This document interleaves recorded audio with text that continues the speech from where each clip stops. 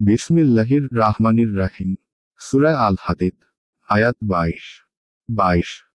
পৃথিবীতে অথবা ব্যক্তিগতভাবে তোমাদের উপর যে বিপর্যয় আসে আমি তা সংঘটিত করার পূর্বেই তা লিপিবদ্ধ থাকে, আল্লাহর পক্ষে এটা খুবই সহজ। আয়াতের তাফসীর। পৃথিবীতে 1 অথবা ব্যক্তিগতভাবে 2 তোমাদের উপর যে বিপর্যয় আসে আমার তা সংঘটিত করার পূর্বেই তা লিপিবদ্ধ থাকে। 3 নিশ্চয় আল্লাহর পক্ষে তা খুবই সহজ।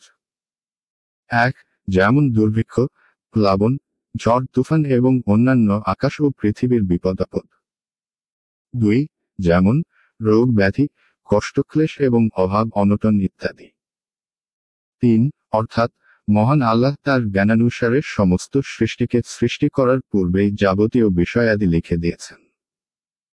যেমন হাদিসে আছে, নবী করিম সাল্লাল্লাহু আলাইহি ওয়াসাল্লাম বলেছেন, মহান আল্লাহ আকাশ পৃথিবী সৃষ্টি করার 50,000 বছর পূর্বেই সৃষ্টি ভাগ্য লিখে দিয়েছেন।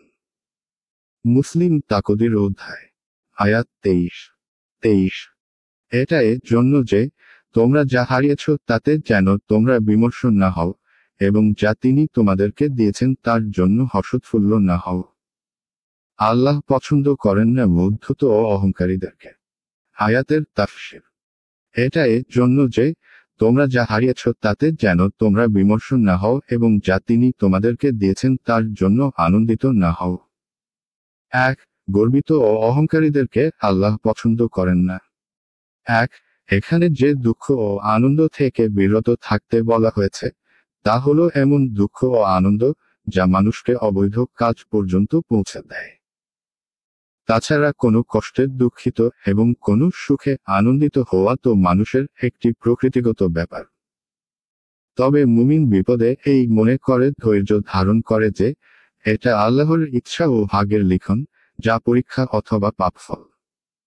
আর্তনাদ ও হুতাশ করে এতে কোনো পরিবর্তন ঘটবে না।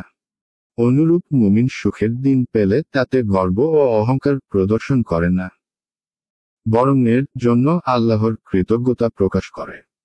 আর এ কথা মনে করে না যে এই সুখ তার প্রাপ্য, এ শুধু তার পরিশ্রমেরই ফল। বরং বিশ্বাস রাখে যে হে হলো মহান আল্লাহর অনুগ্রহ, তার দয়া ও কৃপা।